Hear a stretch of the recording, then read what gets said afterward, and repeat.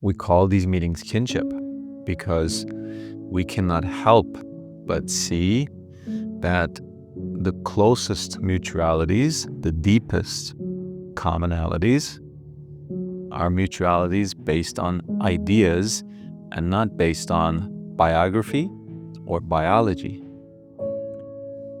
And that we cannot help but see that even if someone is our father, our mother, our brother, our sister, or our longest friend, if we don't have a certain set of ideas, beliefs in common, then we do not feel that kinship with them.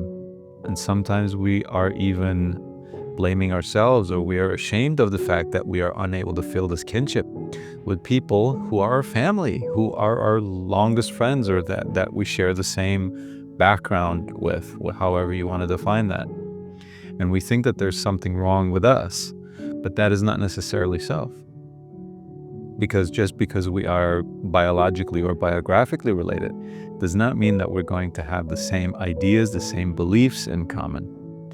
Yet, at the end of the day, this is what true kinship is based on.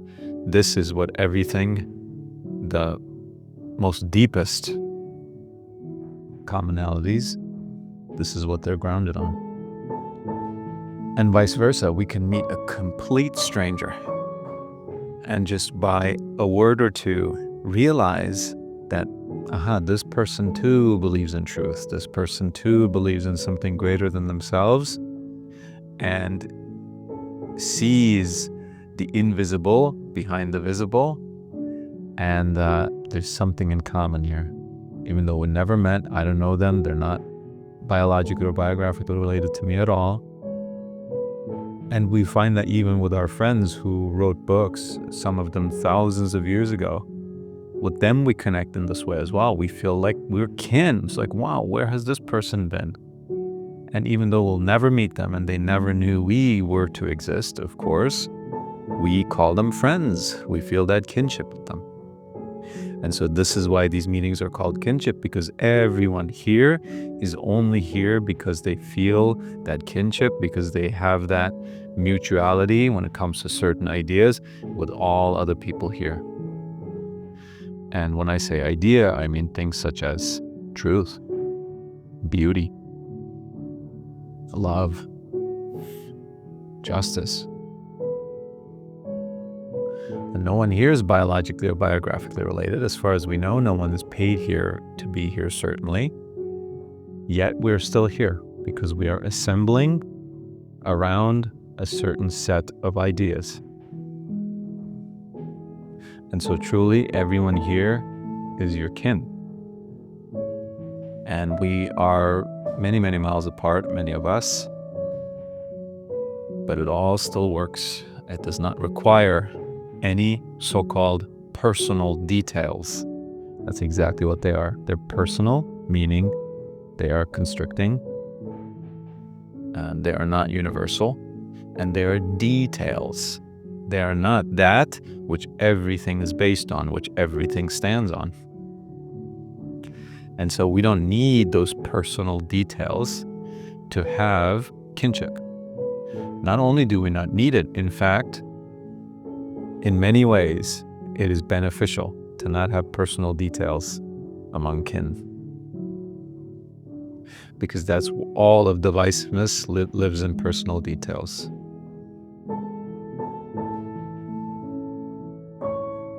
I have a lot of free time with several months ahead of me without any kind of work to do. And a question has been coming up, which is, what's the benefit of inactivity versus activity? And I've been reading Emerson's essays, and he talks about the benefit of both inactivity and activity. I think meditation is basically doing nothing. So inactivity is a kind of meditation. And the benefit of that is by removing distractions, what's inside becomes more clear. Benefit of activity is experience, which I think is how you build a personally meaningful relationship to truth. And timeless and universal ideas, because underlying everything physical, there seems to be non-physical ideas. Yeah, so it seems to me that there's a benefit to both activity and inactivity. I also see how, because I have a lack of goals, a lot of free time ahead of me, it's also like a bad environment for the ego, because for the ego, it feels like I'm not moving towards anything.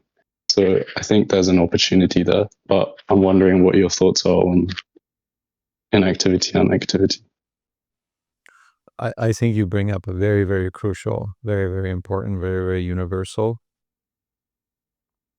idea, which is actually very subtly discussed in many schools of philosophy and many also religions or thought traditions, let's say. But it's a very subtle thing. We miss this all the time. We think that when we are doing something, we are living, and when we are not doing, we're not living. And so we're constantly looking how to be most productive when we don't even know what we are producing to what end. But as long as we're producing, we're living, it's fine.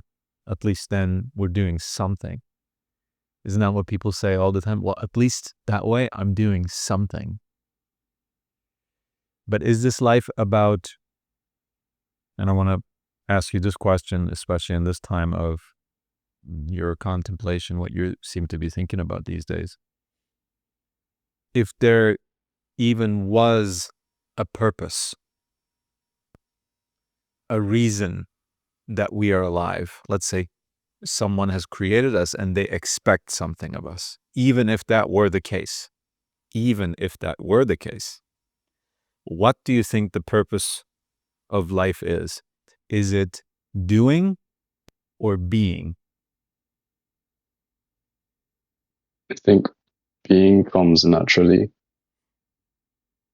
but it's not like something to be achieved. So I think more being. Yes, and this once again, this is such a subtle thing, and when we say it, it seems so obvious, and it seems so. Well, what are the implications of that? It's so subtle, but the implication of this is actually everything. It's massive, because even our doing is not possible without our being. This again, once said, seems so obvious, doesn't it? But we don't live with this fact. We do not realize this fact, and we certainly do not recognize this fact. No doing can be done without being. Yet, when we are not doing, we think we are not being. We think we are not living. We think we are not existing even. We measure our living, our life standard certainly, by what we are doing. Not realizing that no doing is possible without being. So to all those people who are looking for the purpose of life, their purpose in life and their goal in life, we are already, I want to say, jumping ahead to something that comes after being, and we completely overlook the being. And so whenever we have nothing to do, or whenever we are overwhelmed, and that's why we are not doing something, we think that something is wrong. Actually, the only wrong thing is that we distract ourselves from the recognition of being by doing. So when we are doing, we're actually doing something wrong if we do not recognize this first fact, that being is being and not doing, and that all doing is only possible by the being. The being does, a non-being cannot do. Even beings, if it's an inanimate being, cannot do, but it can be, it does exist. So this is the most fundamental, ultimate fact to our existence, is that we are beings, we are not doings, right? We are human beings, we are not human doings. Our human doings are done by human beings. And so if the so-called lack of a to-do list, if no productive doing presents itself to you, and this situation stresses you out, and when I say you, I mean all of us here, if it gives us anxiety, if things come up that we usually are able to distract ourselves with our doing, then we are not in a bad way at all. We are coming in contact with this fundamental fact. And those people who come in contact with this fundamental fact and do not run away from it and dedicate themselves to recognizing it, those people are called enlightened, awakened. That's it. And I don't use those terms, if you notice that. I don't talk about enlightened people and awaken and how to become enlightened, how to become awakened. I don't talk about those things, because to become enlightened, to become awakened, is yet another doing. And when we turn philosophy, religion, becoming enlightened, becoming awakened into a doing, we are actually moving further away from it. The so-called awakening, enlightening is yours anyway. There's no such thing as moving further from it. It is your actual reality already. It is just a recognition of this fact that we call the process of enlightening. And so there's nothing really being achieved there. There's nothing really being attained there. Quite the opposite. We are recognizing the fact that this is already the case. And we are doing that by letting go of false beliefs, of so-called vices, of mistakes, of false beliefs. Because the idea that we need to be doing in order to become worthy of the people around us, of our careers, of even philosophy and truth and love and beauty, this is the very false belief that keeps us from all of these things. Because we are busy doing, we are busy becoming enlightened, becoming worthy, becoming a more loving person, becoming a virtuous person, becoming a godly person. While we are doing these things, we are completely missing the reality, the being of these things. But for the mind, for the intellect, for the doer, to not do is a failure. It is stagnation. It is rotting. And so that very condition keeps us doing, and it keeps us from being, even though, of course, even in our doing, we are being. It rather keeps us from the recognition of the being that underlies all doing and non-doing. And when you don't do anything, when you rest, you're content, you sleep, or again, you engage in activities, there is that fundamental existence of yours, that being that underlies everything. And the simple recognition of this is not a doing. It is just a being. And again, this being is threatening to the doing mind, to the doing state. And it takes dropping false beliefs, identities, requirements, one's own expectations, as well as the expectation to live up to other people's expectations, to society's expectations. to one's own childhood fantasies, etc., etc. It takes letting go of all of these things that have been most cherished throughout our lives in order to attain the ultimate goal to which all of these accomplishments were only a means to, weren't they? To become a certain thing, whether this is a career or, again, a virtuous person or a wise person, whatever you wanted to become. Did you not always want to become this in order to find peace and the recognition of truth and reality? And so what are we doing still? Why are we doing it? And all these things, such as philosophy, such as our religions, whatever it is, all are reading, all are praying, all are meditating. All these things are there to get you beyond themselves.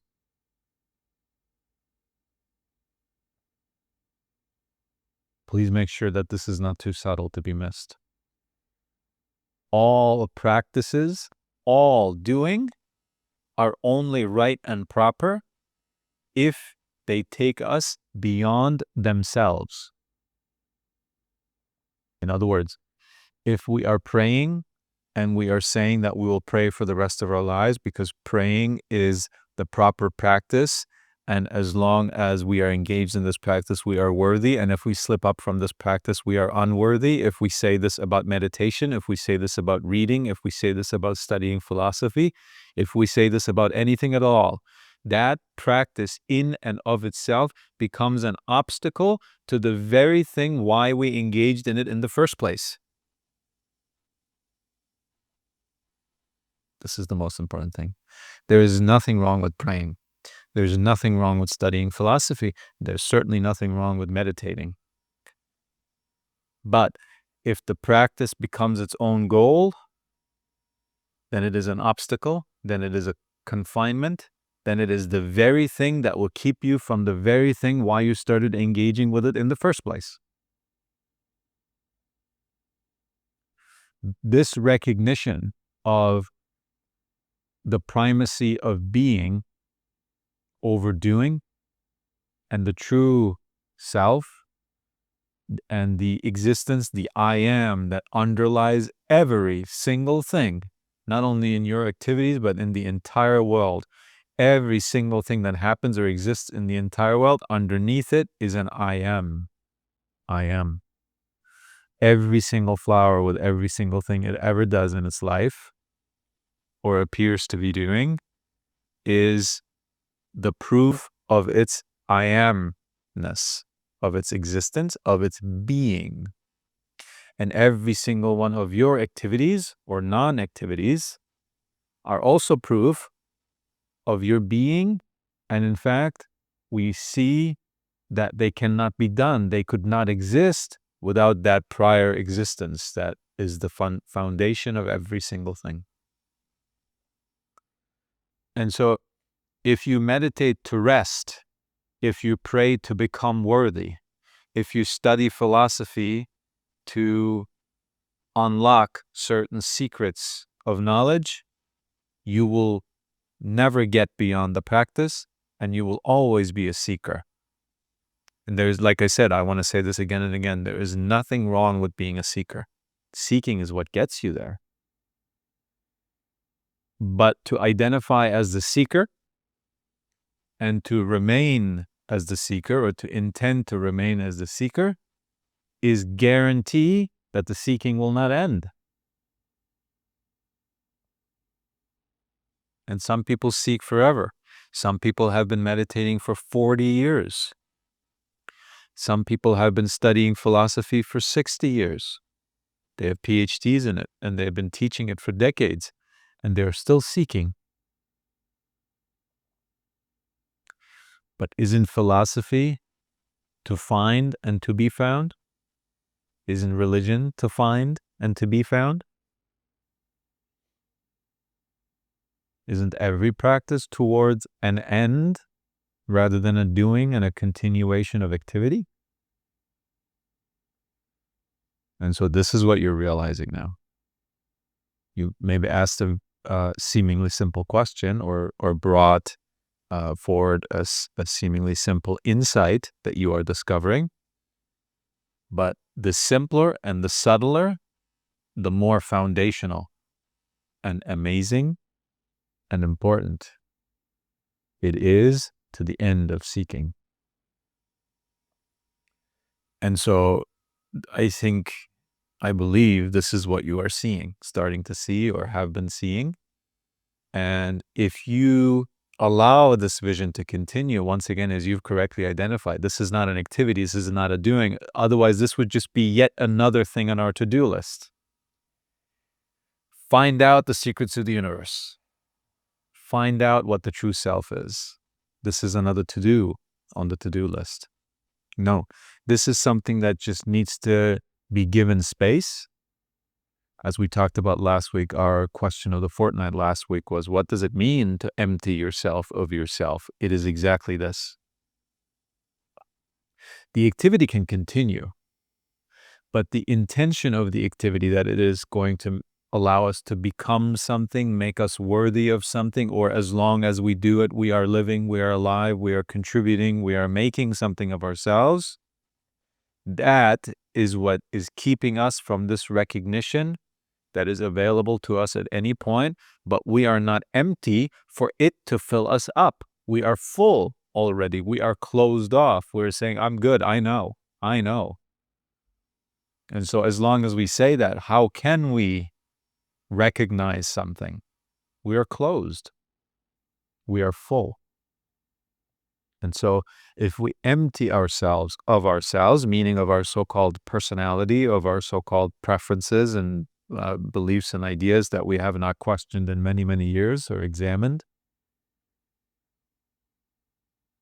if we let go of all these things, we can be empty. And once we are empty, this recognition, truth, reality, will fill us up. And we will realize that we were always a being, that we were never a becoming. And I understand we all go through it the same way. We think we are on a journey, we think we are on a path, and that we will find ourselves, as the saying goes. But finding yourself actually means to realize that the one trying to find was the one who was trying to be found. Always. As St. Francis says, what you are looking for, you are looking from. You are looking for the self, but you are looking from the self. You are the one who's looking. And so that can be described as a journey, but the thing itself is not a journey. It was always there. But this recognition can only be had in being. The doing is important, right? Not all doing is bad, certainly not. Studying philosophy is a beautiful thing. Meditating is a beautiful thing. Engaging in certain religious practices can be a beautiful thing. But to what end? This is the question. What is our intention in doing those things? If we have the right intention of, I'm trying to empty myself of myself. I'm going to let go of all beliefs because I don't know which ones are false, which ones are true. I'm going to let go of all of them. And I'm going to study philosophy. For example, this is only one of the many paths, right? And I will pick up as I go new beliefs or my old beliefs that I now can discern were right and were always good. And so I can pick them back up. Everything's allowed. Everything can come back. We are only emptying ourselves in order to be filled up by truth rather than by all this falsity that we have inherited, picked up ourselves, dreamed of. Maybe we're a little bit delusional also. We think there are certain things there that are not really there. We believe in that. And so we're just going to let go of everything. And one way to then be filled up by truth, you can study philosophy. Of course, there are many ways to study philosophy as well. There are ways that are just about the practice, about the doing itself. And there are some that say, not too much reading, not too much of this. This is a friend talking to a friend. And I want you to recognize this, and I want you to consider this and live with it and see if it shows up in your experience. If it does, great. If it doesn't, throw it right away. This is philosophy. Philosophy literally translates as the love of wisdom. Who doesn't love wisdom? Who loves the opposite of wisdom, right? And so, but that's what we're doing. When we're just doing for the sake of doing, that is not a wise way to act. We're caught up in something. And as long as we do, we are going to continue to be caught up in that. So we must cease a little bit. At least either completely for some time or largely cease from doing many things and replace things with other things. And then this very, very seemingly simple fact that being is before every single doing will become clear. And it will become clear also that the being does not need the doing, but the doing needs the being. And am I the doing or am I the being? I'm the being. So all my activities, they need me. I don't need them. Again, this does not mean that doing and activities are wrong. They are not wrong. It's all about the intention. That we talk about this a lot. Every single action that you can possibly ever think of in the world, if it's done out of a good intention, if it's possible to do it out of a good intention, then it will be a good act. If it is done out of a wrong intention, the same exact thing will be the wrong act. A great example to that, always simple example, is charity. There are so many people doing charity with the right intention, and so they are doing the best thing. And there are so many people doing charity with the wrong intention, so they are doing the worst thing. Same action, same exact action. But once this fact is truly recognized, that being is before everything and everything rests on it and everything comes from it and everything depends on it, and without that nothing else can exist, then all our doing also will have the right intention, because we have the right knowledge about what is what, what's going on, who needs whom, and why do anything. If I'm doing something to make myself better, then clearly I have not recognized this fact that being does not need doing. Otherwise, why would I do to become? I already am. Without being, without already I am, this being, this doing is not possible. So to do in order to be does not make any sense anymore. And so we will never chase a human being for whatever reason to become whole, to become happy, to become at peace, because we recognize the one who would be chasing with that intention or any other intention is already the same. It will never change. That one cannot change. The I am, the being, that complete existence cannot become better or worse.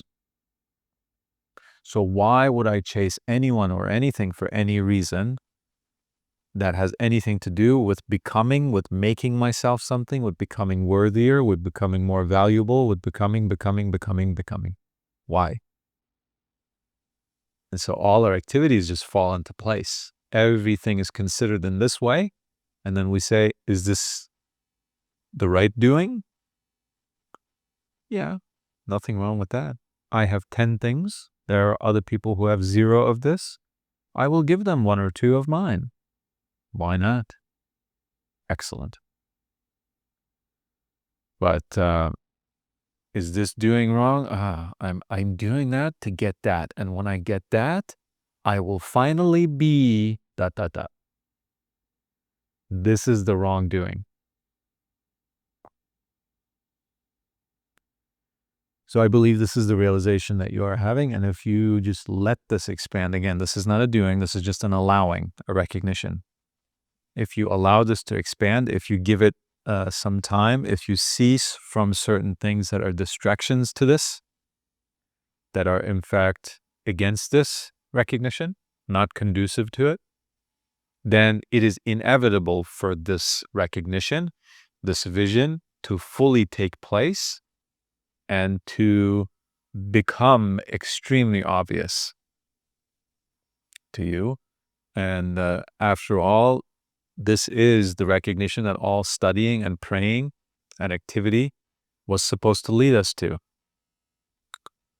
And so if that is now happening, all that needs to be done is to allow it to not go against this, to give oneself to this. This is what everyone's talking about in every religion. I gave myself to God. I gave myself to truth. I will no longer listen to the devil. These are all phrases for what we are talking about here in different cultures and different traditions. It is all one. This process can take many shapes, many forms, seemingly so. I'm not saying I know of every shape and every form, certainly not. But it is one thing that is being done, that is being seen. Does that make sense? Yeah, it does. Thank you. And when you're saying all doing depends on being, I've heard you say that before. And my first reaction to that was it just felt like an idea. So I understood it logically, but it didn't seem perspective shifting.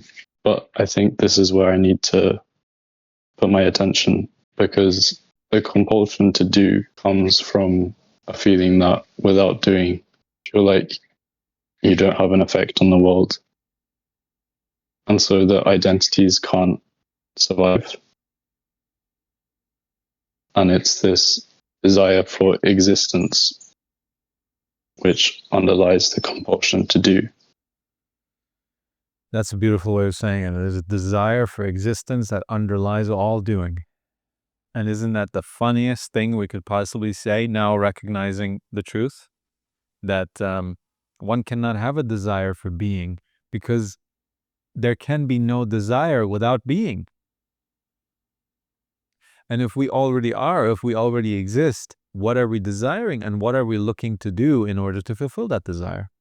There's nothing we can do. There's nothing that needs to be done. There's nothing that can be done.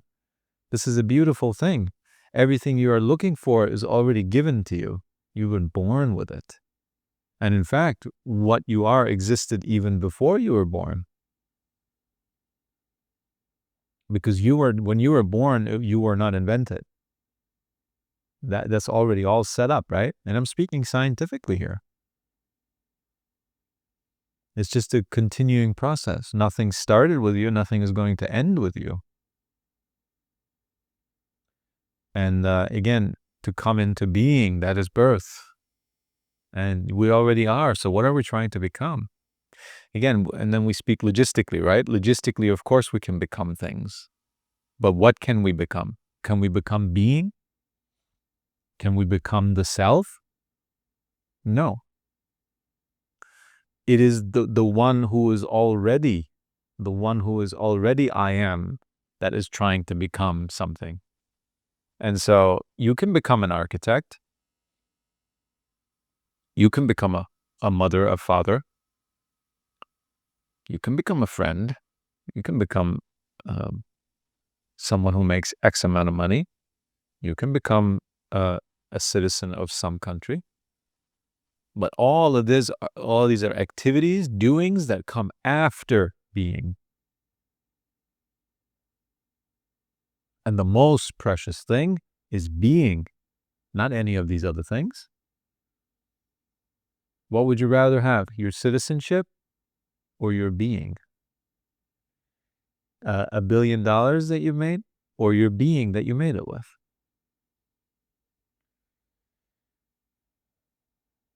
Would you rather be a father or the being that joined fatherhood?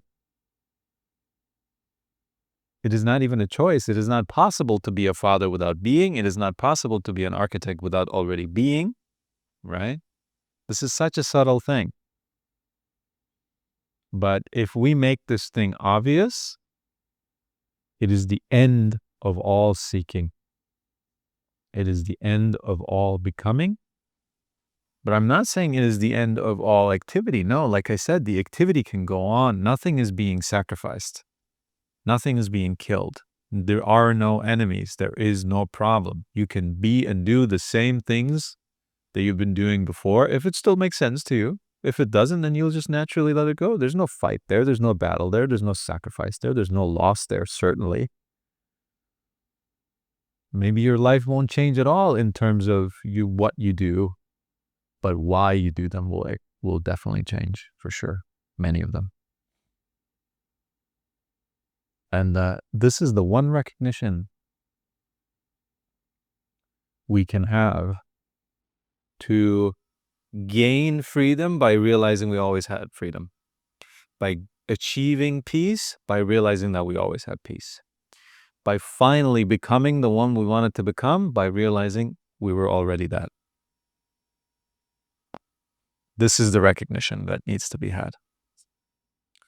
And once again, just keep with it. Not in a doing, not in a becoming, not in a process sort of way, but just in the sense of allowing it.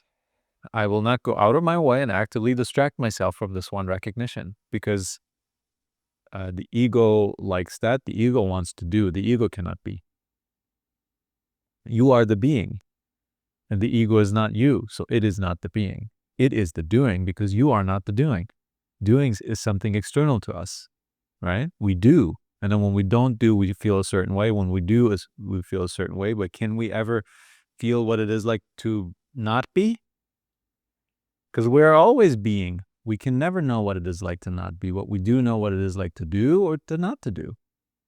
So clearly we are not our doing. But can we say the same about being? Yet the only state that we are uncomfortable with is the state of being rather than the state of doing. Why is that? Because we'll become identified with what we are not. We'll become identified with that one who cannot stop doing, who cannot stop becoming, who cannot stop having problems, who cannot stop having projects. And that's okay. Nothing is ruined. Nothing is lost. It can happen at any time still. It is always open, always accessible. It is our birthright, as we always say.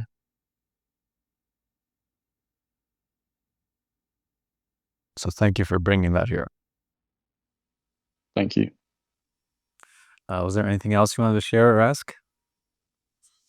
No.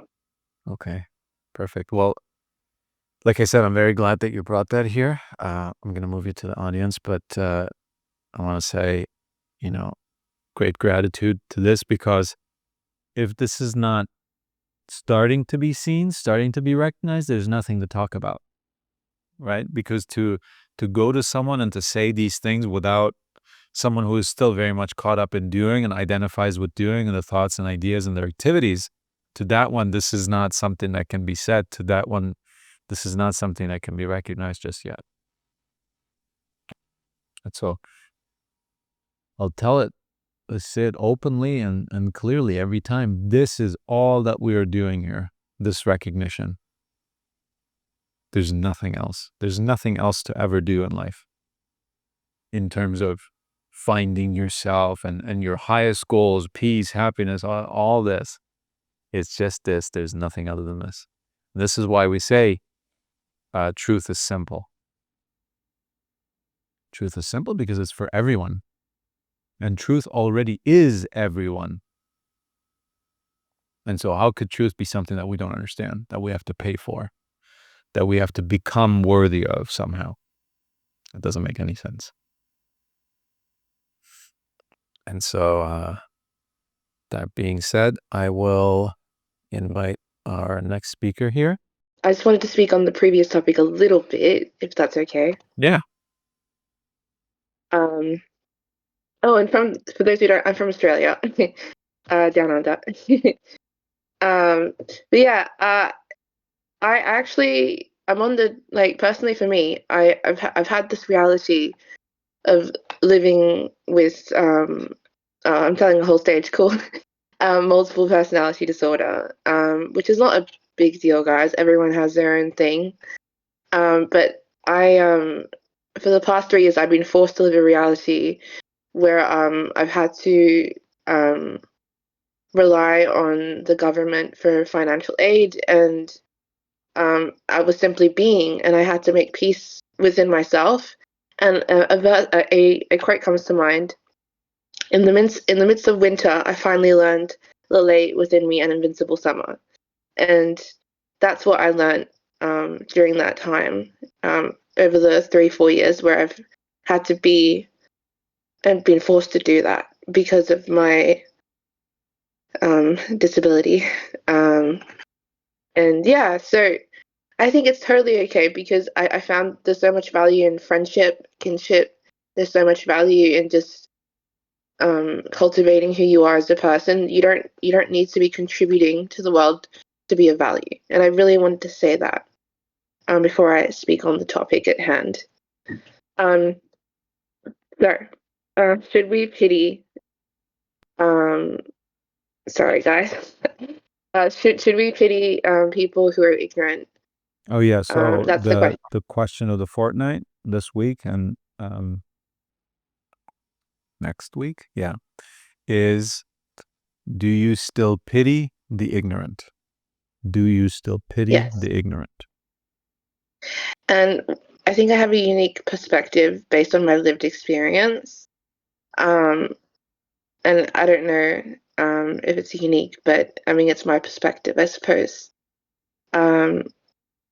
I know that my mom has lived in fear for a long time, and I can't imagine having a fear-based thought system. So I don't think we should pity her. I think we should show compassion to the ignorant. And I think, I mean, there's one thing that I wanted to bring up. Sorry, my brain kind of goes from topic to topic. It's just the way it works. But I did want to talk about something that is of usefulness to the topic, I guess.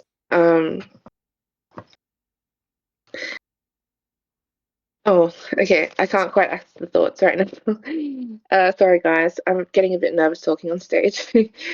That's why I've been avoiding it for so long. I think it's going back to this idea of living with having a fear-based thought system, like and living on survival mode. I think it is a privilege to be able to heal. It is a privilege to be able to go from a state of unawareness to awareness, because some people, like, they have a job and they have to work that job and they don't get any time to reflect because they've never been taught that they can exit that state of unawareness to awareness, and they've never had that opportunity. No one's shown them a better way, and sometimes it takes kindness and love and compassion to show those individuals that there is a better way. Virtue is so hard when you're poor. Virtue is so hard when you don't have a lot. But I've learned that it is when you're tested, when there's trial and tribulation, that if you still remain virtuous, even though the world isn't virtuous, that's when it's most important to stick to your values and your virtues. And that's what I've been doing, which is really hard because not everyone is obligated to be as virtuous as you choose to be. It doesn't mean you're better than anyone or anyone's better than you. Anyway, those are my thoughts. Hopefully you can make something of all of that. Yeah, absolutely.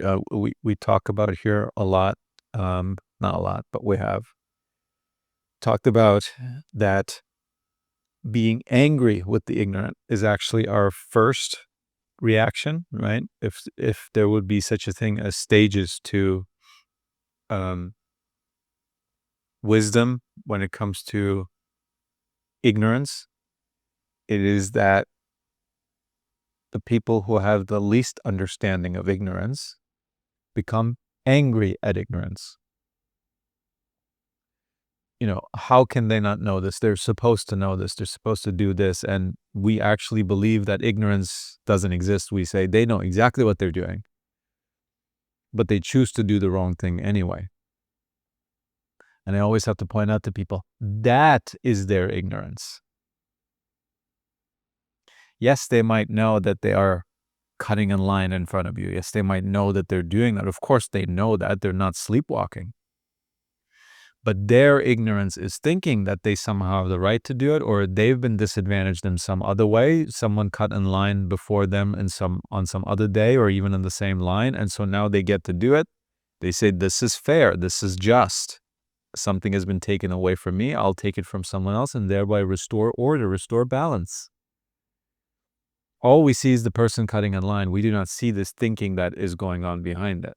And is that thinking right? No. But it does give them a reason to do it. It's a wrong reason.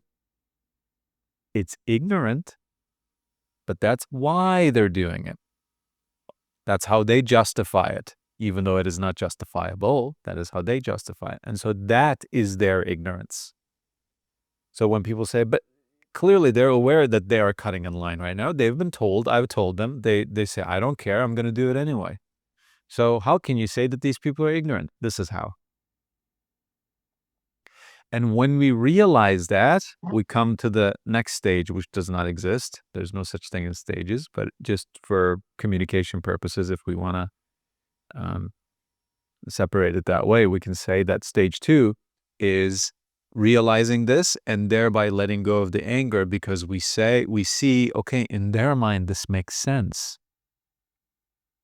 These poor people, they don't know right from wrong. They think right is wrong and wrong is right. And so, of course, they are going to act this way. If someone thinks that the wrong thing is the right thing, of course they are going to do the wrong thing. Doesn't that make perfect sense? And so we say, these poor people, they've confused right with wrong. What a terrible life that is, to be in confusion of what is right and wrong, to have illusions, to have delusions. To be wrong and to think that one is right. What a terrible, miserable life. That's pity. And so this is why the question of the fortnight is, do you still pity the ignorant? Because this is only one so-called stage. This is not how to deal with ignorance. Neither anger nor pity is the proper way, the way that is aligned with what ignorance truly is. With the understanding of it.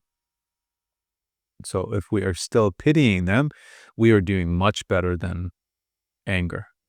We're doing much better than what we used to do, because anger consumes. Anger pushes us into actions that we ourselves are guaranteed to regret every single time. And so anyone who's being ignorant thereby can push us into actions that we are guaranteed to regret. What an amazing thing. What an amazing power people have over us if we give it to them. And so to have let go of anger and to no longer be offended and to no longer be pushed into actions that oneself does not want to be engaged in. Wow. What a liberation. What an amazing thing. But that too is not the end, because pity is a judgment. To pity someone is to say, you are in a bad way. All those ignorant people who don't know true from false, they're in a bad way, aren't they? And so I judge them as being in a bad way. And of course, since I am able to see that they are in a bad way, that they are doing something wrong, I must know better. Otherwise, I could not see this, right? And so look at the things we're saying now. We're saying, I judge you good, you bad, you good, you bad. And I myself, I'm better, of course, because I can see this. I know this. You don't. You're an ignorant, miserable person. And so now we have switched. Of course, anger also involved judgment. So what has happened is we've let go of anger. We've let go of this direct control that other people have over us by offending us. But we are still judging. Nothing has changed about that. We are still judging. And everything we do to others, we do to ourselves. So if we are still in the judging mindset, then we are also constantly judging our own actions. We're saying, now I did a good thing. Excellent. Pride.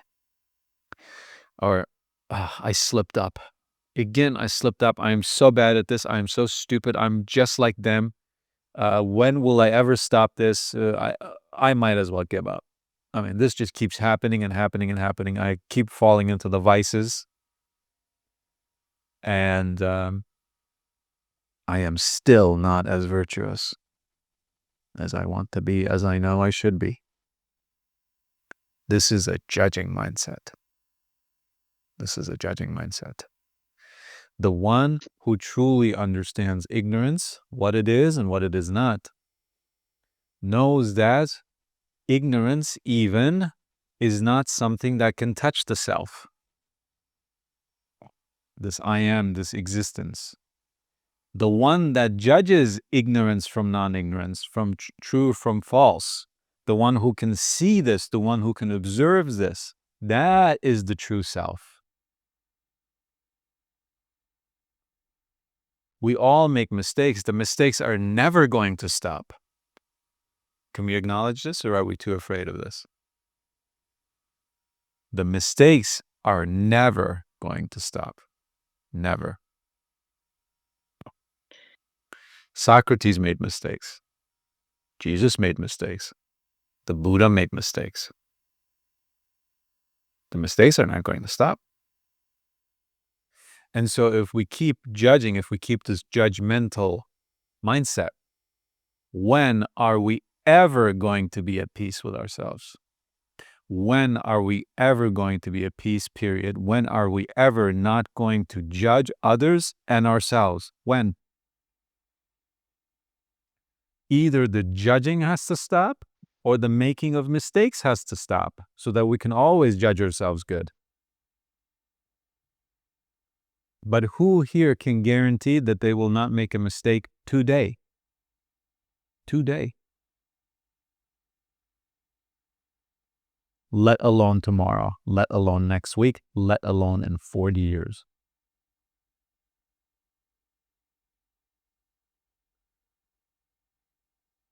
So our only option is to let go of judgment, which is the best option anyway. Even if we could stop all our mistakes, we can never stop the mistakes of other people.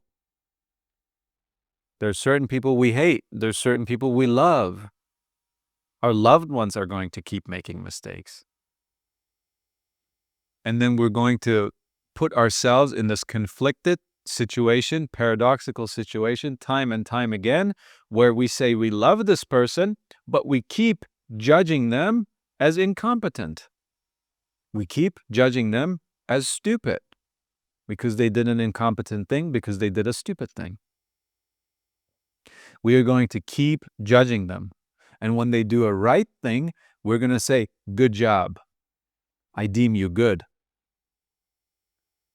I deem you competent. And then next time they approach a similar situation, we're going to have expectations on them because the judging mind remembers. It says, last time they did this, they did a good job. Now I expect them to do the same. Or even to improve a little bit because I judge that they are still not quite there where they should be. And so this person is an impossible situation now in our eyes. Even if they perform just as well, they're going to disappoint us. And supposedly we love this person. Love does not judge. Love does not ask for proof. Love does not have expectations. Love does not test other people. And love certainly does not become disappointed with itself or anyone else. This is all actions of hatred. Hatred judges. Hatred discriminates. Hatred ranks people and things in the world. Hatred demands proof. Hatred demands sacrifice. And so with this judging mindset, every loving thing we do is actually hatred. And we do not know what love is because we are still judging, and love does not judge. We are incompatible with love. We are only compatible with hatred. This needs to be seen. This is the question. This is why it is the question. Do you still pity the ignorant, or do you understand that good people make mistakes and that the mistakes are never going to stop, and that the judgmental mindset is a hateful mindset, and that the loving mindset is one that has let go of these false beliefs, that has stopped ranking, has stopped projecting meaning and expectations and tests on the world, including itself, because everything we do to others, we do to ourselves. Everything we do to ourselves, we do to others. And so when we say, oh, I'm such a loving person, I'm a mother, I'm a sister, I'm a friend, I love everyone, but I keep disappointing myself. And you know what? I hate myself. I hate myself. If you hate yourself, you hate other people. If you are disappointed in yourself, if you can get disappointed in yourself, you very much can and do get disappointed with other people. You may hide it.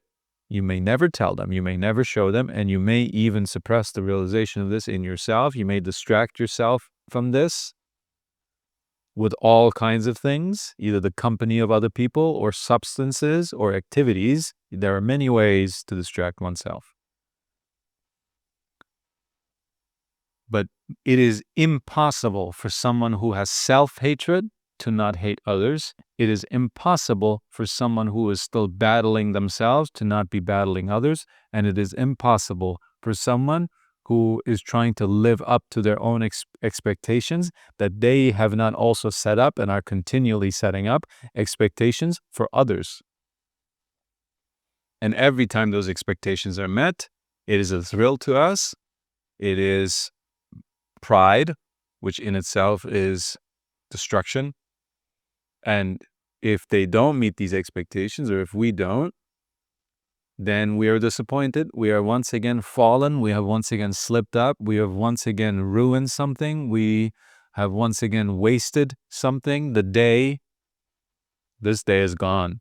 I'll try again tomorrow, but I'm kind of worthless. I'm probably going to do that again anyway, so what's the point? This will be our lives forever if we do not let go of judgment. And this is why to let go of judgment. And everyone who has the why also has the how. The how is just a simple realization. Anything that the self realizes, that it becomes aware of, it will immediately apply reason to. Is it reasonable to act like this? Is judgment reasonable? Is hatred reasonable? Is anger reasonable? Is pity reasonable? It is not.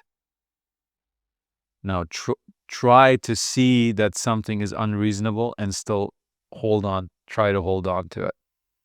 It's impossible. It naturally falls off. And so this is why philosophy. This is why. To be suggested these things, to apply them to our experience, and to see if they are not right about what they're saying. And if they are right, then that is being seen. And if it is being seen, it cannot be unseen. And if it cannot be unseen, it cannot be continued to be upheld by the one and true upholder of anything, which is the true self. That one will no longer have any interest in engaging in that, or it will suddenly have an interest in engaging in the exact opposite of behavior of what it now knows is wrong.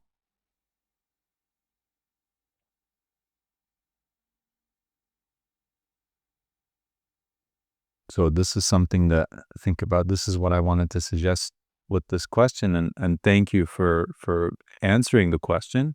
And I think you have suggested some very important steps there of that pity ultimately is the wrong solution, that it is not a solution at all, and that we always need to look what love is suggesting. What is love saying? What would love do? If we keep that in mind, I mean, we can hardly go wrong, right? Because love is always in conflict, or rather other things are in conflict with love. Love sees no conflict, but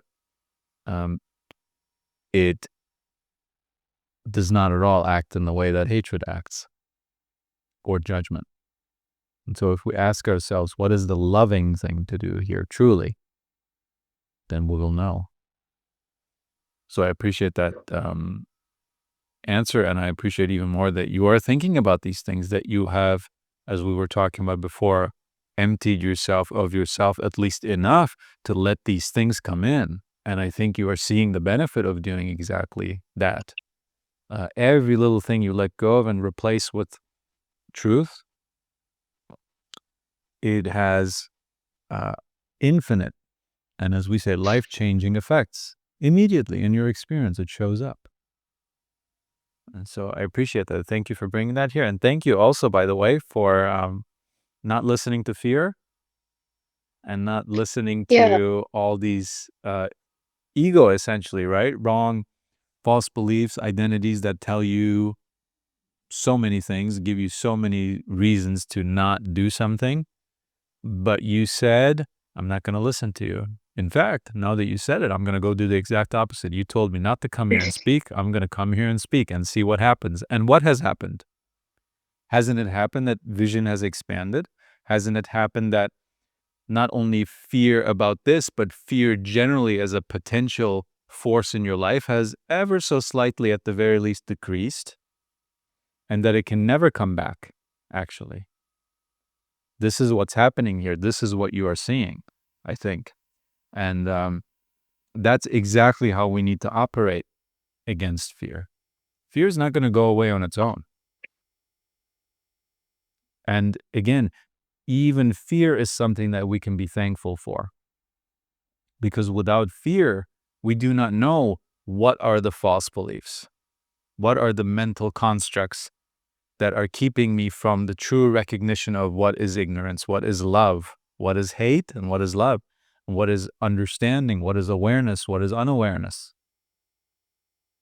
Fear is showing me that in many situations for many people. I'm not saying only fear, but it's one of those things.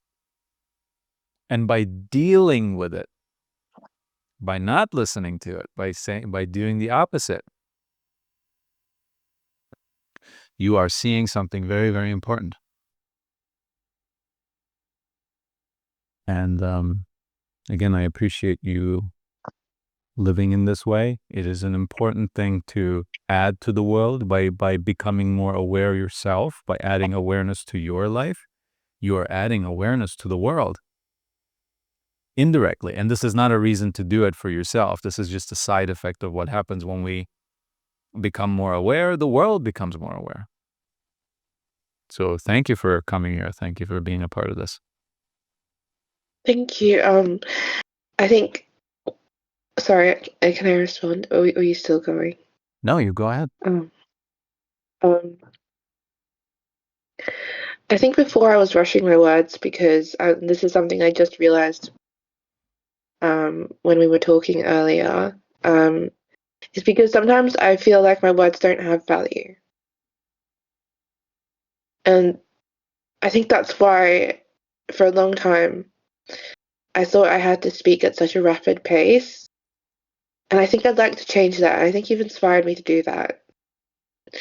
So I kind of want to repeat one thing that I already said, and it's something that I'd like to meditate on, and maybe you can comment on this particular quote. And it's something that's really helped me. And it's what I said earlier, and it's, in the midst of winter, I finally learned there lay within me an invincible summer. And I don't know why I keep thinking about that, but I think amidst all this suffering, Because there's a lot of suffering when you don't fully have control over your mind. There's also a lot of peace because I can do all things through Christ, and that's something that I believe, and that peace comes from within. Yeah, Peace so is that's what I yours wanted to already. say. You cannot lose peace and you cannot gain peace. Peace is yours. You're sitting on peace. Everything you do is out of peace because every time you see, oh, this is a disturbance to me, this thing is going on in my life and this is disturbing me, that is direct evidence of peace. Because if you did not have peace, you could not be disturbed. The disturbance would be all you know, and you would not differentiate it. You would not say, this is a disturbance, this is not, because what are you comparing it to? If you can be disturbed, that means that you are at peace. However, even when you think you are disturbed, behind the disturbance, there's still peace. I always say, this is peace. It's always there. And then the disturbance comes in, and we think peace has gone away. It has not gone away. It's still there. And whatever this does, it does not matter. The peace does not move. The disturbance comes in, it goes, it comes in, it brings 10 more friends, it does all kinds of things, but always, always, always, there's peace. And we forget that due to the disturbance. And that's a very normal thing. Of course, when something is obstructed from our view, of course, we can think that it might not be there anymore. But with peace, we have to learn that no matter what has ever happened to us or could ever happen, peace is always there. And if we don't forget this fact, then in every situation, even if we cannot see peace right now, we will have the knowledge that peace is nevertheless there. And the simple remembrance, the recognition of that, is the end of suffering in many ways, because even though that which we say causes our suffering is still going on, we are realizing that that cannot touch peace. Nothing can touch peace.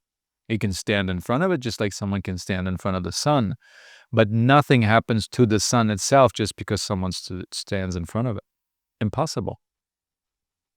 So peace is everlasting, peace is indestructible. In fact, peace is untouchable. And peace is your birthright. So it was not given to you, it cannot be taken away. Try to see that. Saying that doesn't mean anything. Apply it to your experience. Let the disturbance come. Let the so-called problem and the suffering, let it all come. 10 times more than it ever did before. Let it all come and see, now that you know this, if peace is not still there, nevertheless, underneath it all. Try that. It's just my suggestion to you. Okay? Thank you. Yeah. Absolutely. And thank you once again for being here, for not listening to fear. Now you see that how fear is an illusion, I think. And it's an amazing realization. And I'm going to put you back to the audience, but I still want to say that this is how fear operates. It is all image. It is surface level. And once we say, no, I'm going to go through that anyway, we see behind it there was nothing. There was never anything. It was a great illusion. We're not silly for having fallen for it. It's very, very realistic. It's often realer than reality, it seems. But it is in fact not. Okay, and I will invite our next speaker. Well, listening to the conversations, it basically touches something that I was thinking about lately. It's about ambition, how certain activities are quite, I would say, provocative for the ambition, and by not judging myself, not trying to judge, but observing I found myself acting or being guided by ambition, by wanting more and essentially doing unreasonable things to accomplish some promise that it holds.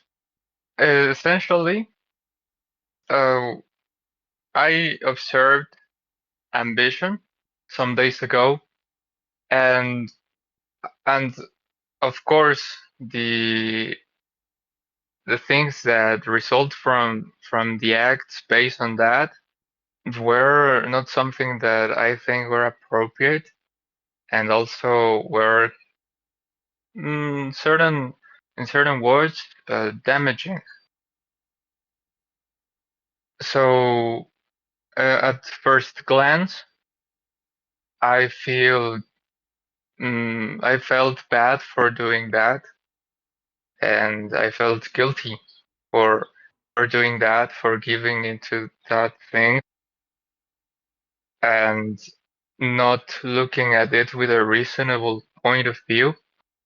Even before I started uh, doing this activity that I mentioned, I placed a reasonable intention to do it calmly and doing it with awareness. But months went through, and the activity. This is what I am trying to say. That certain activities contain speculation on them, or require that, such as, for example, gambling. And my intention was just to obtain a certain income from that, and it is not precisely gambling, but it requires analysis. It requires different things on the financial markets, and it starts to shift a lot the perspective to a point where other things in your life also start to change. And I wasn't aware at which point this started to occur until recently. It was very noticeable, and I did something that really changed my view on this.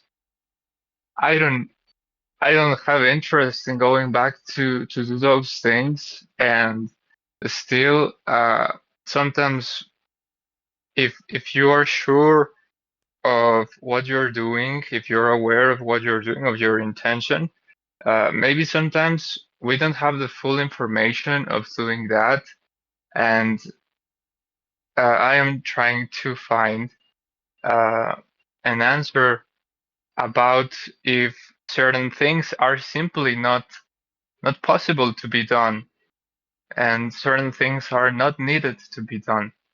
I hope I made sense out of my commentary.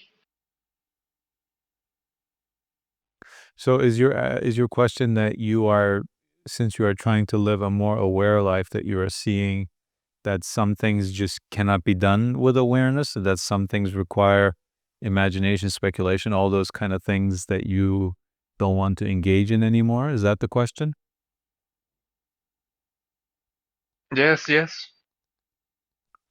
But I want you to notice, everything can be done in awareness, right? This doesn't mean that you should do it. You can have other reasons for not wanting to do it. You can say, this is an activity that consumes too much of my time. You could say it kind of requires me to be dishonest, at least to a certain degree, with people, whatever. There might be such reasons. And you say, I don't want to do that anymore. It's not because it would damage me. It's not because it would hurt me. It's not because it would make me a less good human being. It's just that I have no interest in it. If you have any fear of it, you have not applied awareness to it. Because the true self with this awareness does not need to be afraid of anything, since it is untouchable, right? Nothing I can do or say or think about you even can harm you, let alone it cannot even touch you. You are exactly what you are, no matter what you do, no matter what other people do. And so there's nothing that you need to be afraid of. There is no enemy. There is no harm. There is no problem, right? Again, this does not mean, oh, just carry on, just do whatever you were doing that you don't like to do anymore. No, but don't do it because you're afraid of it. Don't do it because you think, oh, this will make me less aware. This will harm me. This will push me into something, misery, right? You can't do that. But logistically, again, if you say, I don't have time, I don't want to spend my time on earth, I don't want to spend my resources on this, I don't want to spend my attention on this, I'd rather be doing other things. Great. Excellent. But not out of an aversion, not out of a fear, not out of, this, I don't want to go anywhere close to this. Who knows what it will do to me? Not like that. So I just want you to see that whatever you are doing that you think you cannot do with awareness, just apply awareness to it. Do it with full attention. Don't get distracted in it. Don't let imagination take over. Perceive everything that's happening, essentially, is what I'm saying. Whatever your activity is, let's say, as your example, let's say it is gambling, like regular gambling. And you have a gambling addiction even, let's say, right? Because this is how we resolve all those kinds of things too, our so-called addictions. They're nothing more than habits. And once a habit is seen truly what it is, what it does, what it requires, we see that the price is too high. And we see that there's actually no excitement in it whatsoever. All of that was a thrill. It was an imagination. Certain things happen and we put imagination on top of it to make it really exciting. But now that we see what is what, now that we see that we are adding on to that it's just imagination, it's just an illusion, and we don't do that anymore, we go do the exact same thing and we realize, wow, I was just adding all of that to that. There is no excitement in this, actually. Not worth the price anyway. And I don't need excitement to be a full human being, so what am I here for, we say. Right? And so I would say,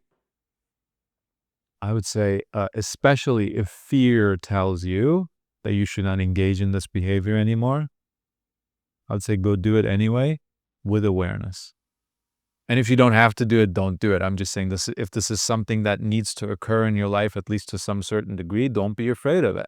Apply awareness to it. See, okay, I'm opening up the app, the gambling app, whatever. And okay, I'm pushing the buttons, I'm doing this, but all the while I'm remaining aware of my situation, where I am, like where's my body, right? What am I doing? What time of the day is it, And my awareness that I'm looking through my eyes, but I am not that what I'm perceiving, I am not that what I'm observing, I am the one who's observing. And go through the entire process with full awareness. Now this is happening. Now this is appearing in my vision. Now I'm hearing this. Now this makes me think of this. But I know, I don't need to actually engage with the thought. The thought can come up, but I don't need to engage with, okay, so knowing that, the thought seems to be going away. All right, now here's another one coming. Observe all of this. Observe all of this. And then you can say, okay, an hour has passed. I'm still on the gamble. I don't need to judge myself. This is not a failure. This is the process. All of this needs to be seen. There is no success or failure in this at all. This is the old way of thinking. This is judgment. To say this good, this bad, success, failure. These are all judgments. No more judgment. No more judgment. Only observation. Reality does not judge. Reality doesn't say, okay, storm is coming now. That's a bad thing. And storm is clearing now. That's a good thing. Reality doesn't work like that. Reality is just doing what it's doing. It just is. And the observer also just is. No judgment. Although, again, the judgment is not enemy at all. If the enemy comes in, you just observe coming in, and you observe the judgment coming in. Look, I'm judging this right now. oh, that's so terrible. I want to get away from judgment and I'm still judging. No, that too is judgment, but that one's not being seen. That one was able to trick us. Judgment about judgment. Do you see that? Judgment about judgment is also judgment. So we are still judging. But I wanted to stop judging and I'm still doing it. Terrible. This is a terrible mistake. Once again, I'm doing. That too is a judgment. Apply awareness to that too and say, I was judging again. So silly or whatever. It's not necessary. Let it go. And then, excitement is coming. This is exciting me again. And I don't want to be excited by this anymore because I want to get away from this. So this excitement means that I'm just getting more and more addicted to it. No, it doesn't. No, it doesn't. That also is just a thought. The thought of that can be observed. The excitement can be observed. The frustration can be observed. The judgment can be observed. The emotions can be observed. And then whenever you are done, naturally, not because you force yourself, but you say, okay, this is how much I usually gamble. So, okay, I'm done now. I'm going to put the phone away. Okay. Still aware. Now what has happened? Was I harmed by this? No, I'm still here. I'm awareness. I'm aware. Now, okay, I haven't been harmed, but do I want to engage in this again? No. Because whenever I do engage, a lot of thoughts come up, judgments, emotions, and all of them can come up. They can't harm me, but why do something that is conducive to a lot of speculation, to a lot of imagination, to a lot of judgment? Why? I have no interest in it. And then you might say that, and then a week later, 2 weeks later, 8 months later, you might say, I kind of want to gamble again. Observe, once again, awareness. Don't say, you've been so good for 8 months. You've never gone that long by far. And now you want to gamble again.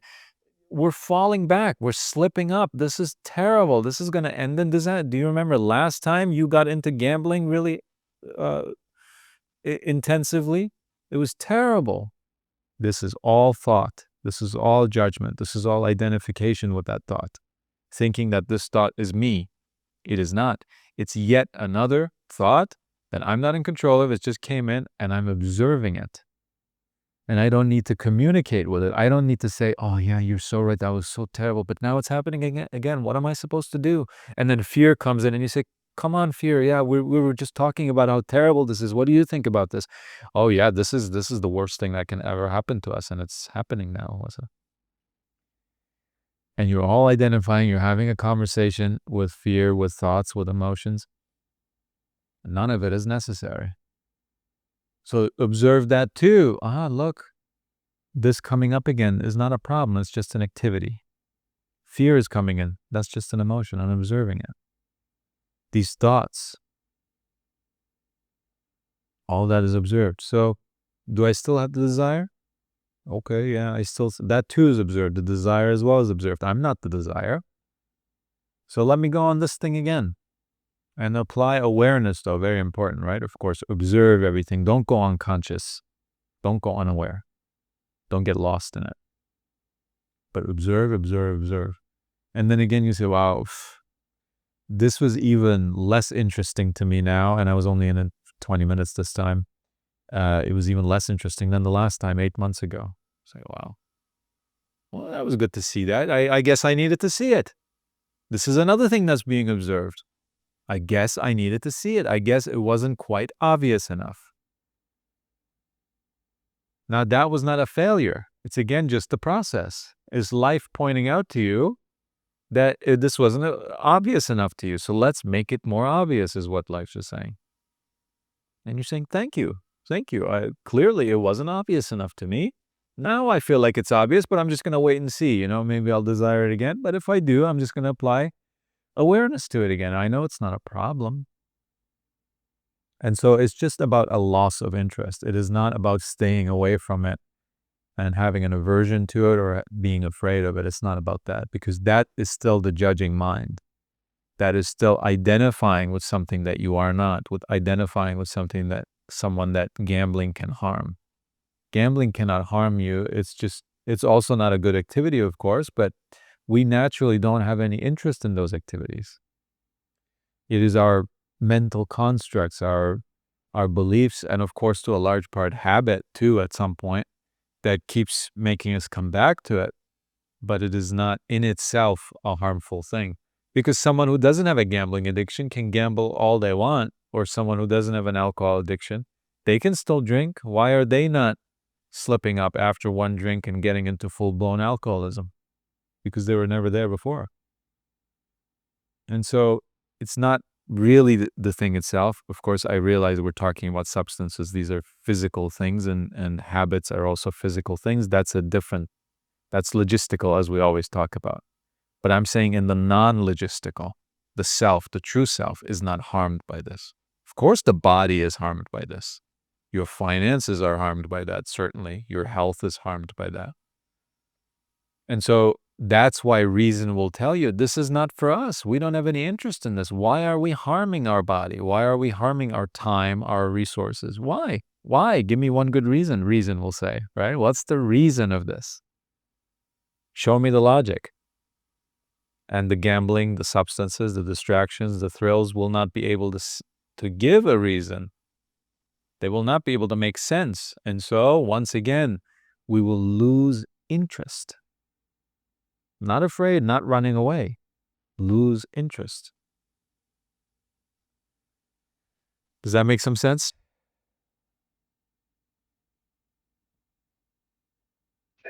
Yes, thank you so much. Overall, the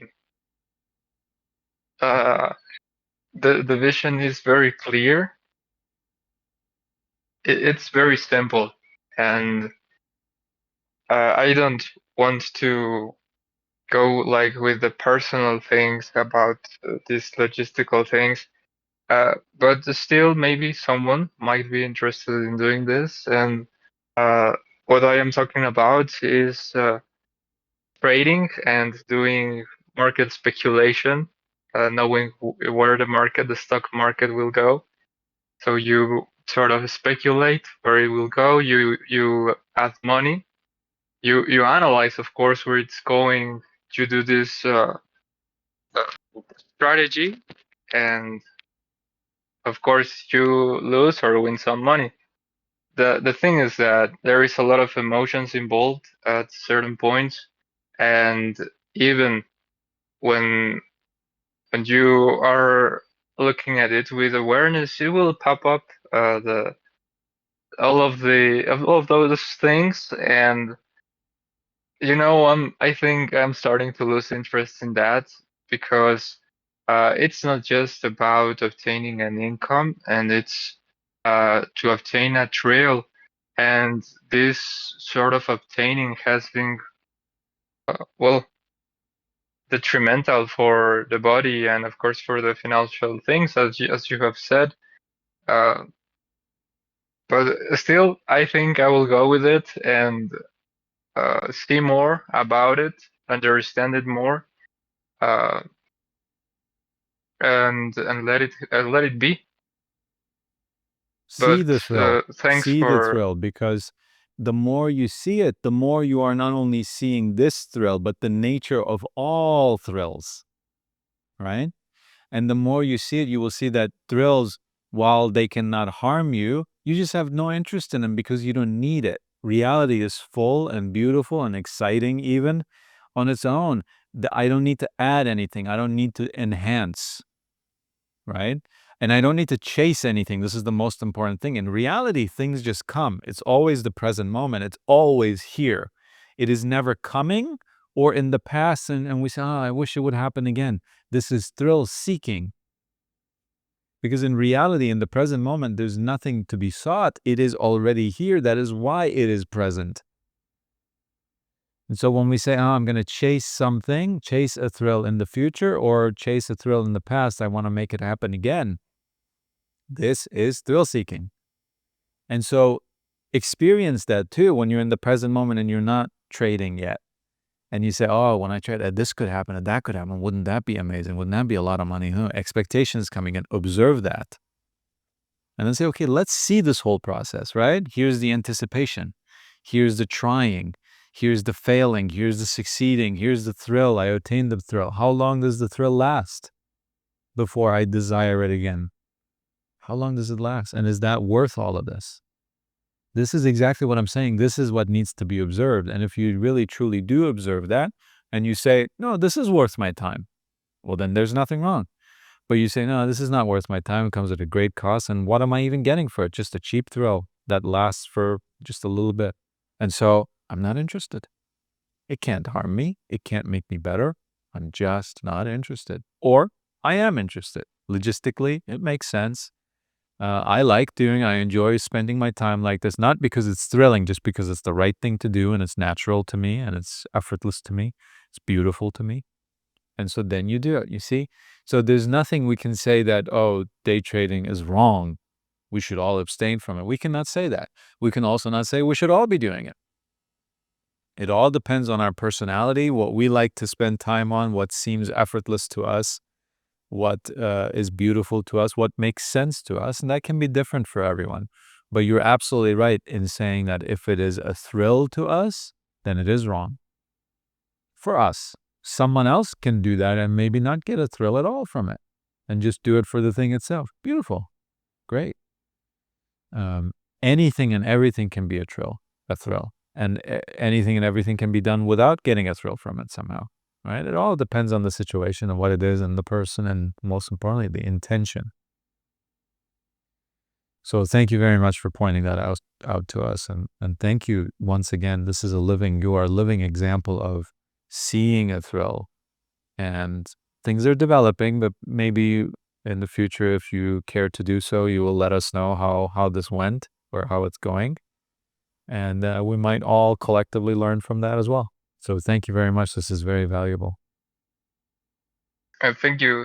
Thank you for your response. It's truly valuable and also very accurate because this activity sort of brings you expectations about what you can do with the money and how you will be, how the future will be with something that you still don't have. So thank you and wish you well. I wish you well too. Thank you so much. Very, very valuable. I will move you back to the audience with great gratitude. That was really excellent and very valuable that you brought that to us. Thank you so much. And I will invite our next speaker right away. Hi, I don't have a specific topic to discuss, but if you have any ideas, I can run with it quite easily, I think, at this point, especially. Well, maybe Because you we would like went- to answer the question of the fortnight, which is, do you still pity the ignorant? Yeah, personally, I can hardly really find something to think of that question because where I am in my life, let's say, I have probably been at that point where I felt a lot of pity and let's say just disgust at the extreme, let's say, for ignorance and just foolishness all over the place. Everywhere I look, it seems it's popping in my face, all the foolishness and over the top ignorance, even in some cases. So, but at this point, I feel like I don't even relate to that question in a sense because what would it give me or bring me in my life to pity people who I consider ignorant or in any sense of in any aspect or whatever. So I just think I like that. Let's put it that way. I like to observe that the ignorance I see and experience and endure, let's say, and just observe it and deal with it how I can and move on with my activities, my priorities, my goals, my thoughts, my like I said, probably my priorities, my what I want in my life. So I don't necessarily have time or mental energy to focus on such things, even 1 hour a day or 5 minutes a day or 1 minute a day. I don't have that in me, let's say. So I just want to reach my goals, and my goals at this point is like have a good grasp of wisdom and just pure wisdom that no one can touch, no one can, at the limit, no one can really see or observe it fully, because it's like elusive. It's for human beings. We can't get there, but we can find glimpses of it, like little sparks that we can see extremely clearly, but we can't not necessarily relay that to others when we discuss anything. So, but sometimes we can discuss it with someone who has the proper foundation to really understand our words when we talk about things like wisdom and such things, because they have been there, they have seen it already. So we can find let's say common ground or whatever on different topics, and realize for ourselves first that wisdom is really a thing that exists, that can be observed and applied in our lives. And that's just what I like. I love wisdom because it's something that, first of all, for me, many years ago, it was an aesthetic thing for me. As an artist, I wanted to focus on that primarily because for me it was really an aesthetic thing for my art. But it has become, like, with ego death and everything that I went through, it has become something really part of me. Like, I can't, at this point, I just can't detach from my deep love of wisdom and understanding and knowledge, but So you not are just still knowledge. attached to something that you are not. What? So you are still attached to things that you are not then. Like what? Like wisdom. Yeah, but I don't know if I understand what you mean, but what I Well, mean you by said that you is, are attached to wisdom and that it has become a part of you. yeah, but that's how I word it. But let's say it has become more than just an aesthetic thing that I want to incorporate in my art or my vision for my own career as an artist or whatever, musician or anything. It has become something that I truly value in my life. I see it a little bit differently because I have detached from many things that I thought were valuable for me deeply, and now nothing is valuable for me. My body, my life, everything. It has But you just said absolute wisdom is no. valuable to you, right? Yeah, because I see it in everything. Like, people talk about the Christian God or the Judeo-Christian God and everything, and they see something, but I see something completely different. But I can relate to little tiny aspects of it, and I already did before. But what I want to say is, wisdom for me is something that I strive for. I strive to see it and appreciate it and share it, and whatever. At this point, I just want to have something to give in my life, because my life has no worth for me anymore. I can't just feel good because of what happened to me. So at least I feel like I can't be at peace. I can't feel good just normally every day, because I feel horrible every day because of what happened to me. So what I'm saying is, all I want is to find peace, like you say, really find peace and die at peace. And even if it's tomorrow, even if it's 45 years from now, I just want to do what I'm here for. So wisdom for me, it's a way to do that for me personally, a word that I value and I strive for, to go towards that. That's it. All right. Well, Because among all the things, it has no limits. Wisdom is the ultimate thing. There's nothing above that. It doesn't exist. It's not there's no concept for me that is higher than that, or let's say equal to that. Wisdom is like the ultimate. Let's Right. Among the things to covet, among the things to desire, wisdom is certainly the best one. Yeah. And I think the more you give yourself to that, the more you will also see that you don't need to covet, desire, even wisdom, because wisdom is already yours, right? Every single thing that is understandable, knowable by a human being is understandable and knowable to you too. And so peace is yours already as well. If one person can have peace and ever did have peace, which we have many examples of, right?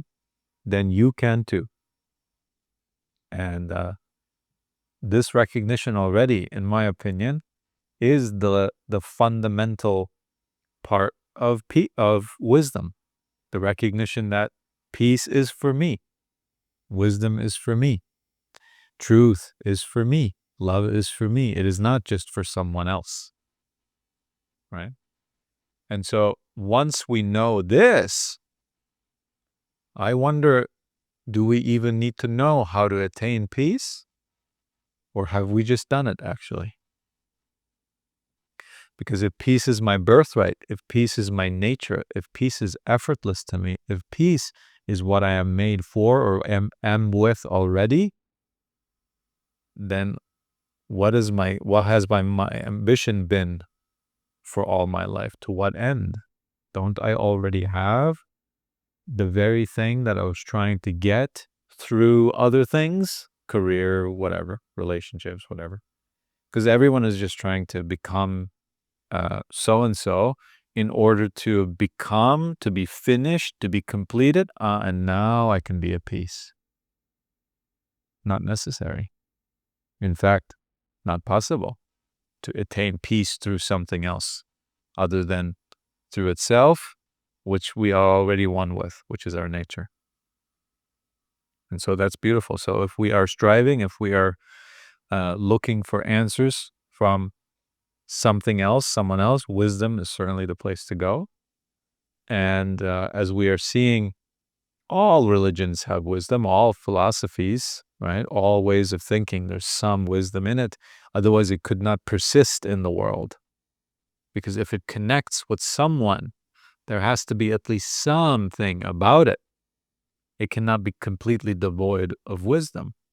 And so we are seeing that it is not, oh, this religion has wisdom and all else is false. That in itself is ignorance, right?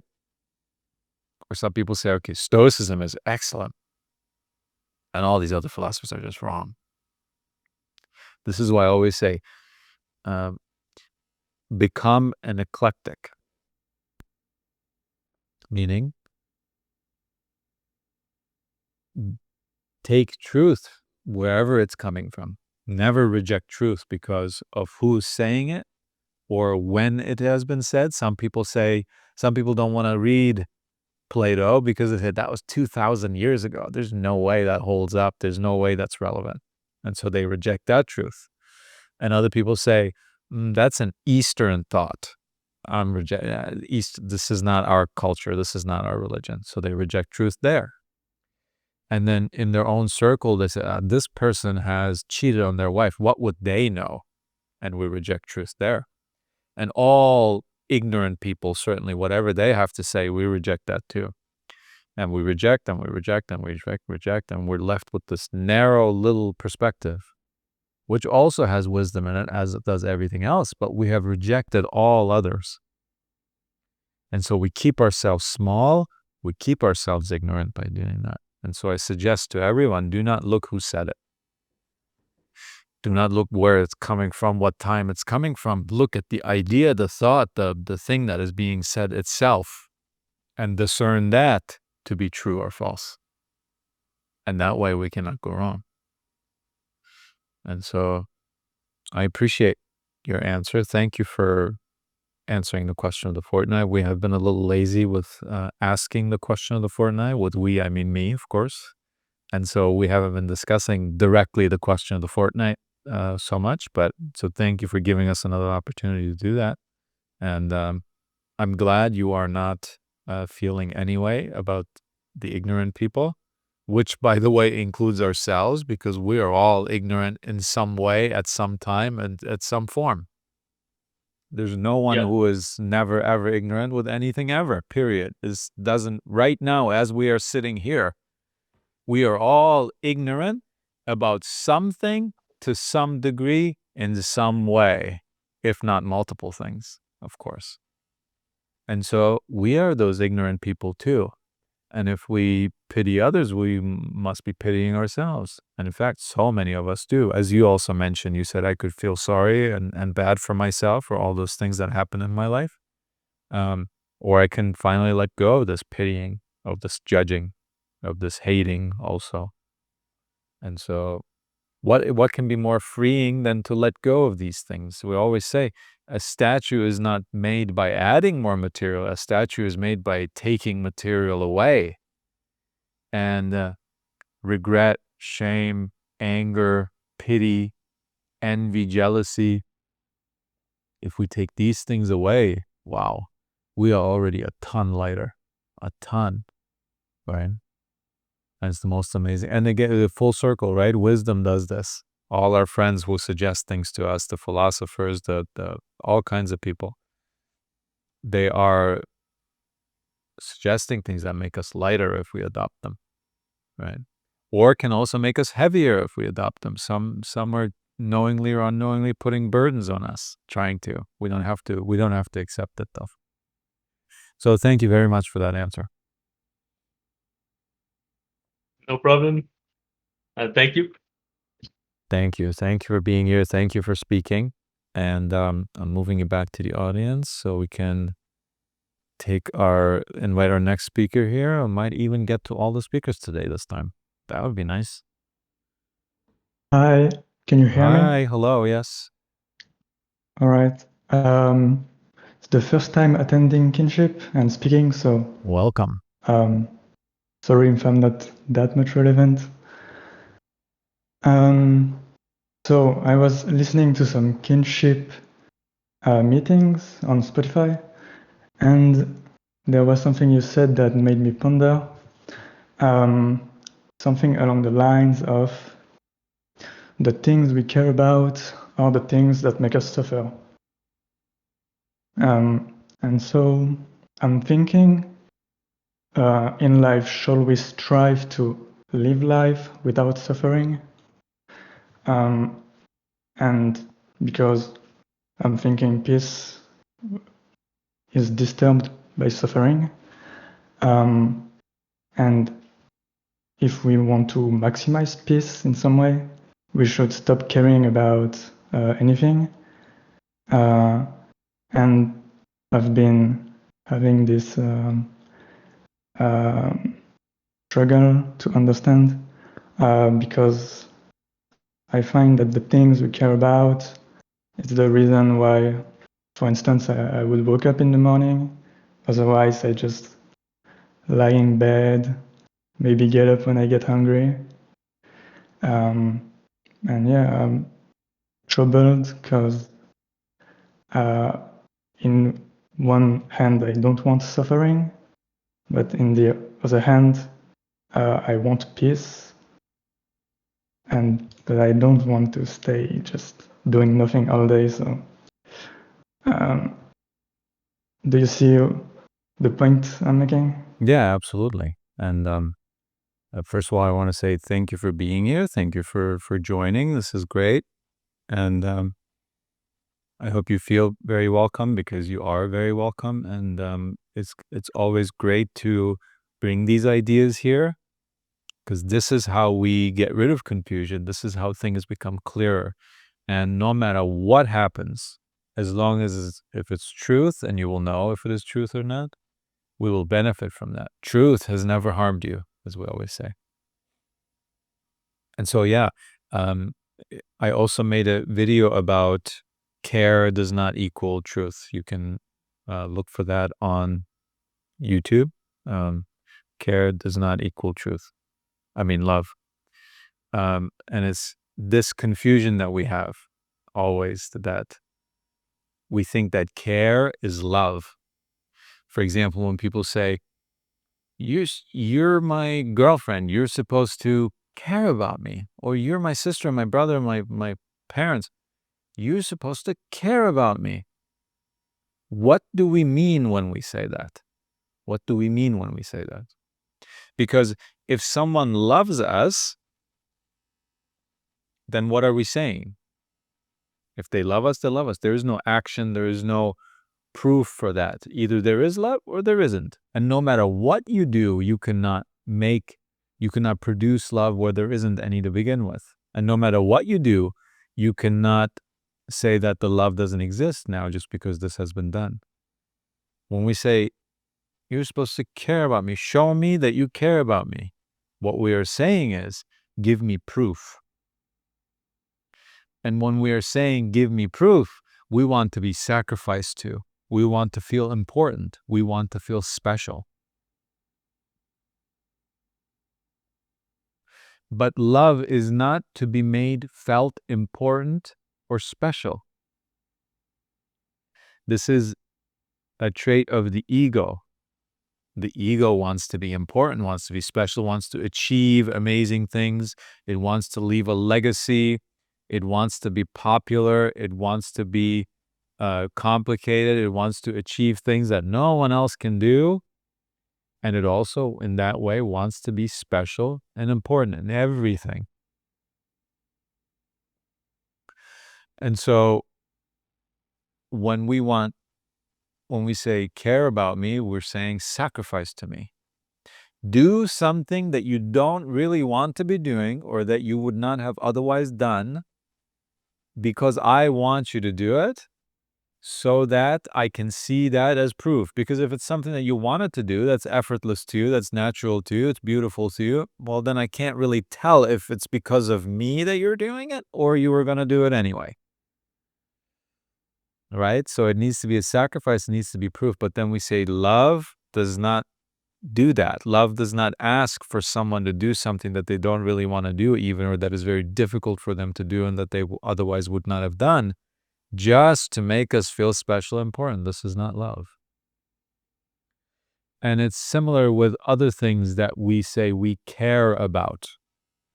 And I don't want to make it sound like every time we say the word care, we are wrong in doing the thing. That's not at all what I'm saying. I'm just pointing out the fact that, for example, the word origin of care is the Old English word karu, which means burden of the mind. Burden of the mind. So in that sense, everything we care about, if we're doing it with the wrong intention and the wrong understanding, it becomes a burden of the mind. So if you say, okay, I really need to make a name for myself. I need to be known because I'm operating out of the ego, right? I'm trying to be special and important. So I need to make a name for I want to leave an impact on this world. What can I do? Oh, I could start a nonprofit, do a bunch of charity, and become like the most generous person on earth. Okay, I'll do that. Or quite the opposite. I'll go into finance. I'll make a lot of money. That will get me a lot of power. And with that power, I can affect something that will make me a name, literally maybe get me my name on a building or whatever. And that way, I'll have achieved something. And then I can die happy knowing that I did that. And so that care about wanting to leave something in the world, wanting to make a change, whatever it is, becomes a burden of the mind. And someone who has a burden of the mind cannot be at peace. Because if they were at peace, they wouldn't have a burden of the mind, right? If they already had peace, they would not be trying to achieve something in order to fill in the blank. And so if we are constantly burdening ourselves with our cares, with our desires, with our wishes, with our expectations, then we will never have the one thing that those things we care about were supposed to supply us with: peace. This does not at all mean don't get out of the bed in the morning. It only means don't get out of the bed in the morning for some burden of your mind, because you are under the false impression that you are not a complete human being yet, that you lack something, that you need something, that you need to run away from something or run towards something, and that's why you're getting out of bed. If that's why you're getting out of bed, you will always be burdened and you will never experience peace. Because how can someone who is burdened experience peace? How is that possible, right?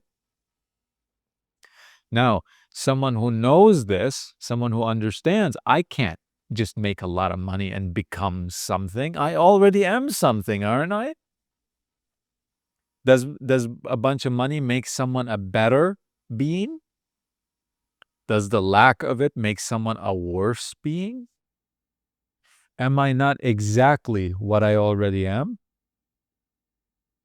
How can I change that by being with a certain person in a certain type of relationship, or by having a certain societal position, or by having a lot of power, or by having a lot of beauty? How can I change what I am?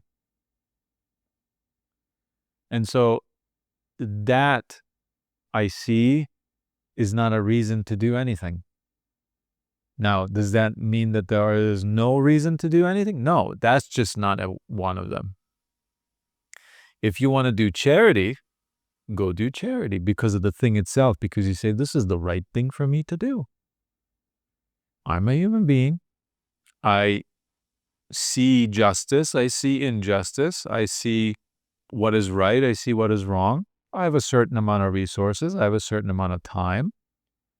And I could do this thing that is within my capabilities and that would help someone.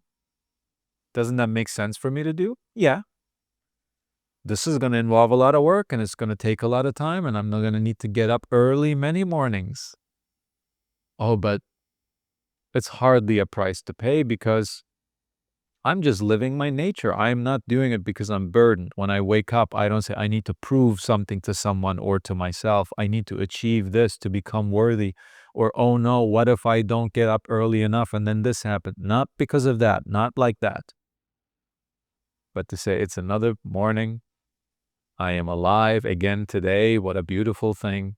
What did I do yesterday and what shall I do today? Oh, I'm in the middle of this project. It's going to take 3 years. All right, good, nice. I'm doing exactly what I want to be doing, not in order to prove myself, not in order to become worthy, not in order to impress someone or myself, not because I'm chasing a fantasy that I want to fulfill, not because of that. I am not incomplete. I am already a complete human being. I do not lack. I am not somehow half. I am complete. And this complete being naturally gravitates towards justice, truth, beauty, fairness, integrity. And whatever those things like, whatever is of their nature, is of my nature too. And so I engage in them. I rejoice in my activities in them. Not as a sacrifice. Not as proof. Not as a burden. But because it is my nature. I love doing this. Whatever that is. And it doesn't have to be something. It's also an option to just say, as I said, I am completely full and complete and lack nothing. And right now, these days, I don't feel like doing anything. Or I'm just going to do certain things. I'm going to be with my friends. I'm going to work so much. And I have to make money. I have rent and all these things. So I'm going to go to work. I'm going to come back. All I'm going to do as a complete, full human being, not as someone who is somehow lacking something. So in this way, our cares, defined in this way, our cares constrict us. And they burden us. Right? But of course you can care for someone or something or a cause, something, and not do it as a burden of the mind. It's not the word itself that is the problem. It is our intention that the word origin of this word is really good at pointing out, right? But it's just a pointer. It's not the word itself. And it's not like anything we care about or care for is a problem, is wrong. Not at all. As always, as we always say, intention is everything. If you set your intention right, nothing wrong can happen to you. If you set your intention wrongly, nothing good can happen to you. Right? And so this is about intention. Of course, get up in the morning, but why are you getting up? Why? Are you getting up for this intention or this intention? That's the only issue. Does that make sense? Does that make it clearer? Yeah, it makes lots of sense. Yeah, so I was thinking about examining the intention. Yeah, while you were speaking, and I think I have some work to do there, and I'm gonna get there. Thank you so much Thank for your you. insights. Thank you. Thank you for your question. Thank you for speaking here for the first time, and you are welcome back anytime. Of course, no expectations. I don't care if you come back or not. Okay. But it was nice to have you here, and it will be nice again if you choose to do it again, but no expectations, no obligations. And I will move you back to the audience for now. Again, thank you so much for joining and for not letting go, for saying, I heard something, it doesn't quite make sense to me, or it confuses me, or I don't quite agree with it. I'm going to go ask. What did you mean by that? And if this is what you meant, why would you say such a thing? I want to understand. And it might not make sense to you, and you might continue to disagree, but you have not let it go. You have explored something that seemed, for whatever reason, interesting to you. And this is all the work of philosophy. This is the act of philosophy, to just not ignore, to not distract oneself, and to not say, whatever, I'm just not, I can't be bothered to look into things just a little bit, because it's one step at a time. You don't need to know where this is going to go, this exploration, but that's what we always think. We think we need to know everything before we even start it. But if we just take it one step at a time, amazing insights that we could have never planned for come out of the things that we would have never expected. That concludes for this time our most wonderful time of the week, I think, as it is to me. Thank you so much for being here. And thank you for being here and for thinking about peace, love, and beauty, and trying to train your discernment of everything that is good, apart from everything that is bad, all that is true from what is false, and to really make a commitment to seeing things rightly, seeing things in a way that is natural to you, that is peaceful to you, and to realize actually that the self was always there. I'm trying to find myself with myself. Who is doing this? What a beautiful thing to realize that the self already is the self, that peace is not something that we need to put together or earn or pay for and purchase, but that it is already with us, and that if we lack anything, we only lack the vision of this. And thank you for being here when you could have been out there judging other people who are ignorant, when you yourself are also ignorant about many things that you don't know about. That is why you are ignorant about them. And thank you for being here when instead you could be out there judging yourself also, and totally forgetting that everything you do to yourself, you do to others, and everything you do to others, you do to yourself.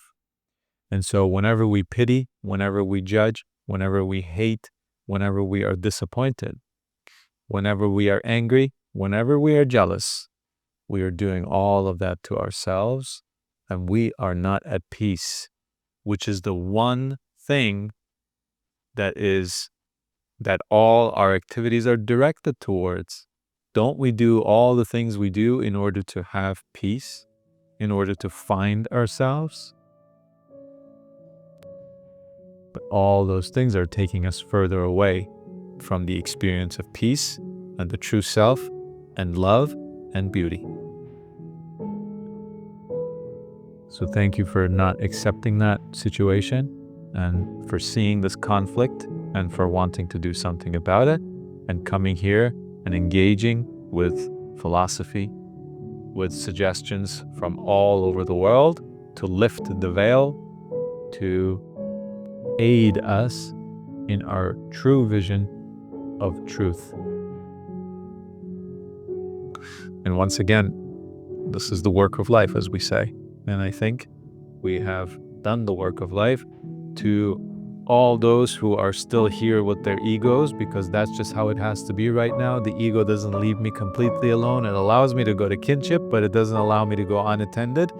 To you, I say, satisfy your ego by calling this the work of life, and that you have once again achieved the work of life today, that you have accomplished it, that you were successful in giving yourself to philosophy, to ideas, to the eradication of false beliefs, and count it among your successes, among your achievements. If you are still counting such things, that's okay.